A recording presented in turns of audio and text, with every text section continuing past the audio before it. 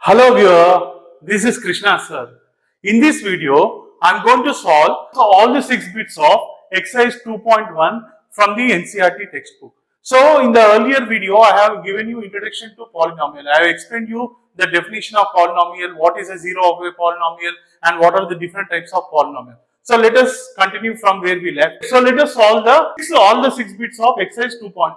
So in the exercise 2.1, there are total 6 bits. So here we have been given a graph of a polynomial. Here you can see that we have been given 6 graphs of the 6 different polynomials. So by looking at the graph, we should find out the number of zeros of the given polynomial p of x. So let us see how to find out the number of zeros of the polynomial. So let us see the first bit. In the first bit, if you see the polynomial p of x, it is a straight line. So it is not cutting the x-axis. So as the given graph is not cutting the x-axis at any point, so we can say that this polynomial p of x has no zeros.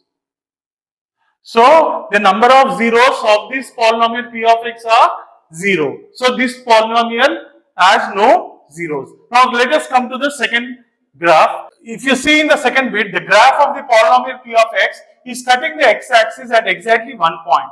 So as the graph is cutting the x-axis at one point, we can say that the number of zeros of this polynomial p of x is 1.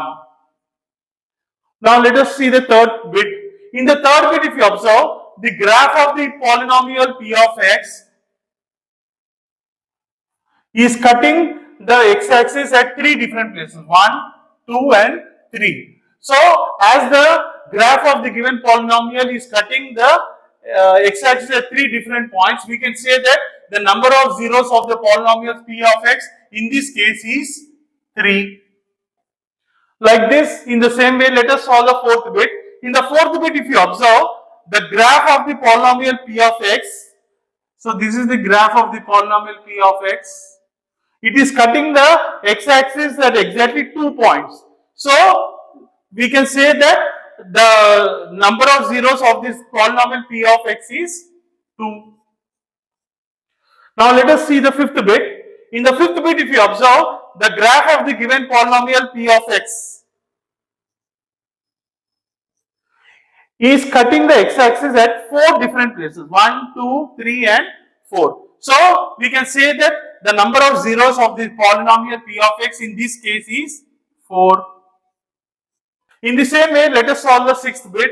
If you observe the sixth bit carefully, the graph of the polynomial p of x is cutting the x-axis at one point and touching the x-axis at 2 different points. So whether the graph touches or cuts the x-axis, we should consider it. So here the graph is cutting the x-axis at one point and touching the x-axis at 2 different points. So we can say that the number of zeros of the polynomial p of x in this case is 3.